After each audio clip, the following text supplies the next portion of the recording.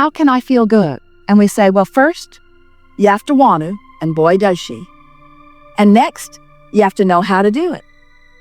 And what's the answer to knowing how to do it? What's the answer to feeling good?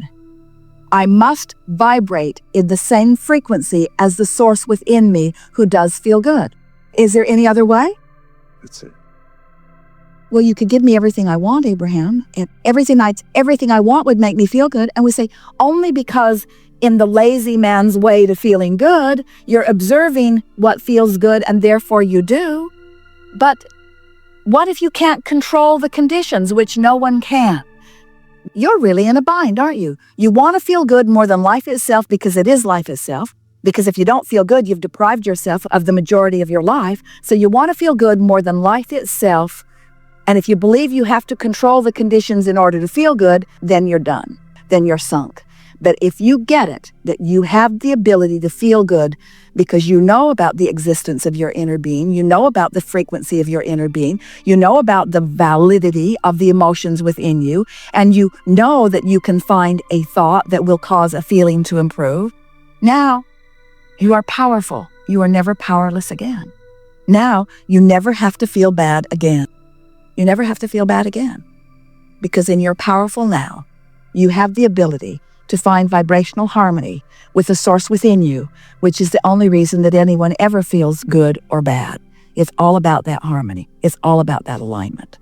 Whether you are thinking about the past, or whether you're thinking about the present, or whether you're thinking about the future, you're doing it all right now. In this now, while I am considering my past, or while I am focused in my present, or while I in my human body am conjuring or imagining or speculating into the future, the factor that matters most is, what am I doing vibrationally in relationship to that larger I? In other words, what's the source within me thinking about my past while I'm thinking about my past? What's the source within me thinking about my now while I'm thinking about my now? In other words, whether it's past, present, or future is irrelevant, but whether it matches what source thinks is what's relevant. And that's the thing that almost nobody is considering.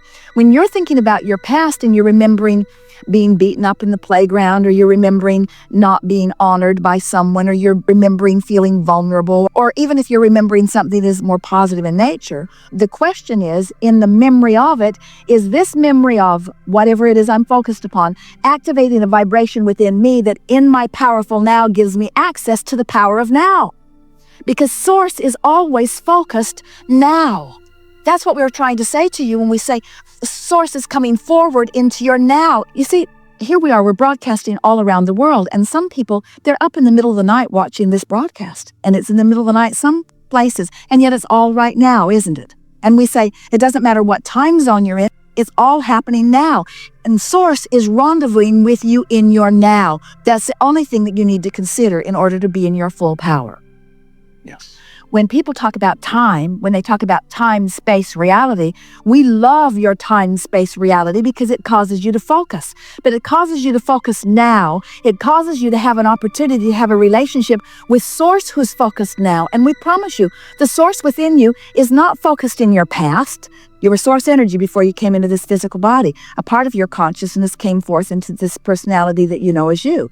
As you are exploring the pros and the cons and the pluses and the minuses, and I know what I don't want and I know what I do want, you're launching these preferences, these rockets of desire, and source becomes immediate vibrationally involved in that. The source within you becomes the vibrational equivalent of every request, and that's the now that you are reaching for. Oh, we've not said that before.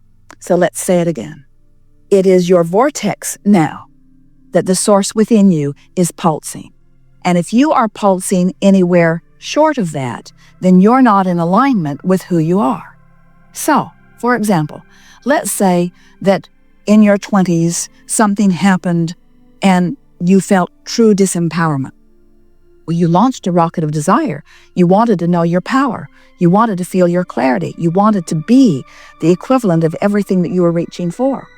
The non-physical part of you became all of that immediately and holds that vibrational standard. And that vibrational standard is available to you now. And when you care about how you feel, so that you come into alignment with that happy feeling. Now you are in your now, vibrationally being all that you have become, and anything less than that is what negative emotion feels like. In other words, what you wanted to be was fully present in your now, and you can only do what you can do. In other words, if you're not tapped in, tuned in, turned on to the source within you, so what?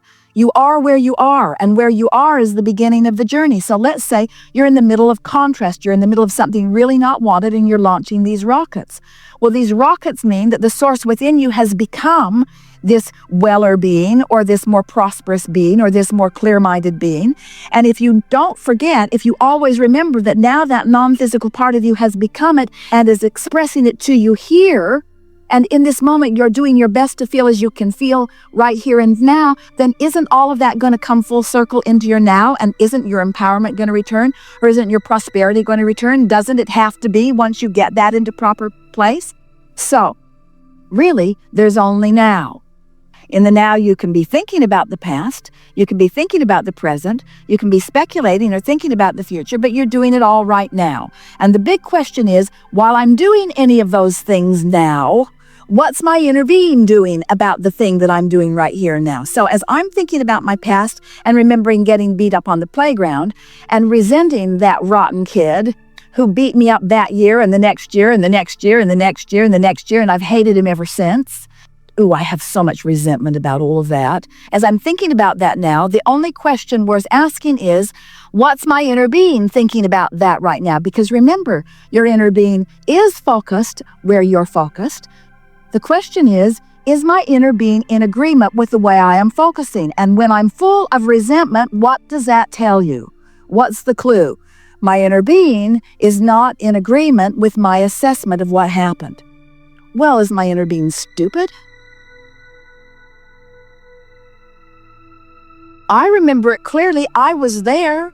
Why is my inner being trying to make sunshine out of something that was so rotten? And we say, because your inner being knew that in that contrast you were launching rockets, and your inner being immediately became the vibrational equivalent. Your inner being took the bounce. Your inner being received the gift. Your inner being received the expansion. Your inner being lived what you intended to live through the process, and your inner being remembers it all.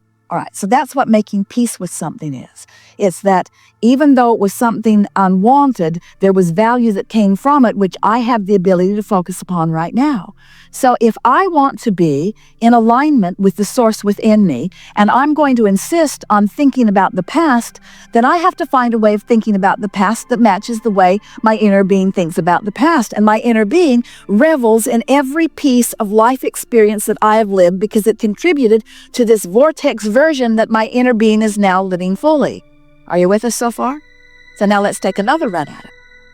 So everything that I lived in my past, or even in my present, is causing an expansion of me for which the source within me is joyful. So if I just keep remembering that when I'm focused upon past, present, or future, that what I'm really wanting to pay attention to is whether I'm in alignment with my source, who is focused upon past, present, and future, but focused upon it in a way that's helpful. If I care about how I feel, then I am able to come into full alignment with who I am. And that is what utilizing the power of now is.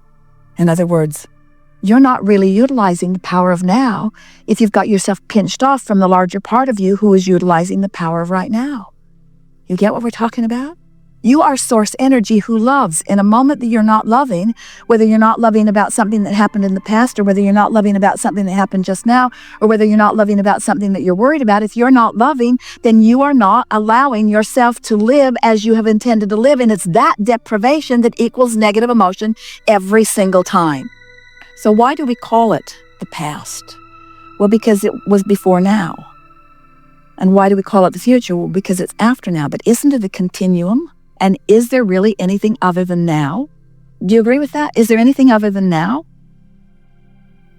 So if there isn't anything other than now, then what could we speculate? A very intelligent person is asking a very important question about past, present, and future, which we've totally disregarded because it's utterly irrelevant. Because we're doing it all now. We're doing it all now. We're doing it all now. We're doing it all now. We're doing it all now. We're doing it all now. So past, present, future is irrelevant. We're doing it all now. We're doing it all now. We're doing it all now. So past, present, and future is irrelevant. We're doing it all now. We're doing it all now. We're doing it all now. We're doing it all now. There it went again. We're doing it again. We're doing it now. Now. Are you convinced yet? We can keep going if you haven't gotten this yet. We're doing it now. We're doing it now. So past, present, or future is irrelevant. It's irrelevant. You agree? It's irrelevant. Say it. It's irrelevant. It's irrelevant. It doesn't matter. It's all now. So what is relevant? What is the only thing that is relevant in this all-powerful now? What's the only thing that's relevant? Now. Am I in alignment with my source? Am I reveling? Am I resonating? Am I vibrating up to speed with who my source is? That's the only thing that is relevant. And how do you know the answer to that? By the way you feel. Do you have control over the way you feel? Then do you have control over being in alignment with source? Then haven't we just solved all the mysteries of the universe? Doesn't that just answer everything? And so I must be in full alignment with who I am, because anything less than that is just always going to feel off, you see. Do you accept, as we draw this circle, this invisible circle, and we talk to you about the vortex, do you accept that there is, in fact, a vibrational version of everything that you've been asking for that has amassed vibrationally? Do you accept that? It's an important key to this, and we know it's hard to accept because you can't see it. You can see what's manifested in terms of a relationship. You can see what's manifested in terms of your finances or your physical apparatus. You can see evidence of what's manifested. But this vortex that we're talking about, since it's a vibrational version, you can't yet see it. You can't yet hear it. It's not tactile yet. It hasn't come into full view for you. So for most of you, it must be annoying. It's a concept as we wave our arm and point at this place and tell you it's a vortex and tell you that the larger part of you and everything that you want is in it. We want you to conceptually get it. But what is the first way that you're going to actually know the reality of this vortex? How can you know that it's true? What's the first evidence that you're going to get about the existence of this vortex? It's a feeling, isn't it? It's an emotion, because your emotion is your indicator of your vibrational alignment. So when you come into alignment with your vortex and you feel secure, even when you don't have evidence, when you feel self-appreciation, even when others aren't crowing about what a wonderful mother you are yet or whatever, when you feel it, that's a manifestation. And that's what we've been trying to call your attention to all morning here today. We want you to accept that that manifestation, which is a manifestation of an emotion, that once you find that, now you're in the vortex. And once you find it and know that you've found it and find it again and again and care about finding it, and it becomes the thing that you care most about finding, now you're hanging around in the vortex more and more and more. And now the other manifestations that you so much want have to reveal themselves to you and will reveal themselves to you, because you're not doing that thing that's keeping you vibrationally out of the vortex. Does that follow? The primary thing that keeps most people from being willing to just give in and go with the flow of emotion, because you're such realists and you care about what other people are saying. You care about how other people are approaching you, you see. You care about what their opinion of you is. And we care only about you harmonizing with the opinion of the source within you, who knows you are magic, who knows you are worthy, who knows that you can be or do or have anything, who knows that you can establish a point of attraction and everything else will fill in.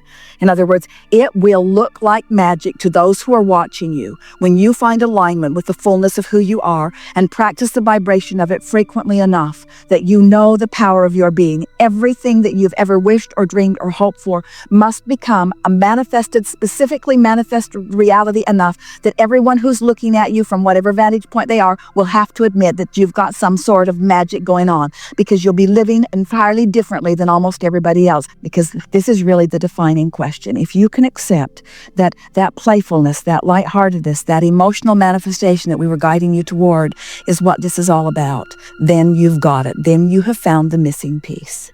And once you show yourself that you can be consistently playful, and it's not easy. We know you've been dealing with a lot of stuff. We know that we're making lighter of a situation than you really want to make light of. But we promise you that if you can discover, and you can, on a regular basis, this playful spirit that is really within you. And you see, when you're lying in your bed at night, a few nights from now, maybe even tonight, you're going to be lying there and you're going to realize how good you feel for no apparent reason. You're just going to be feeling lighthearted. And once you turn that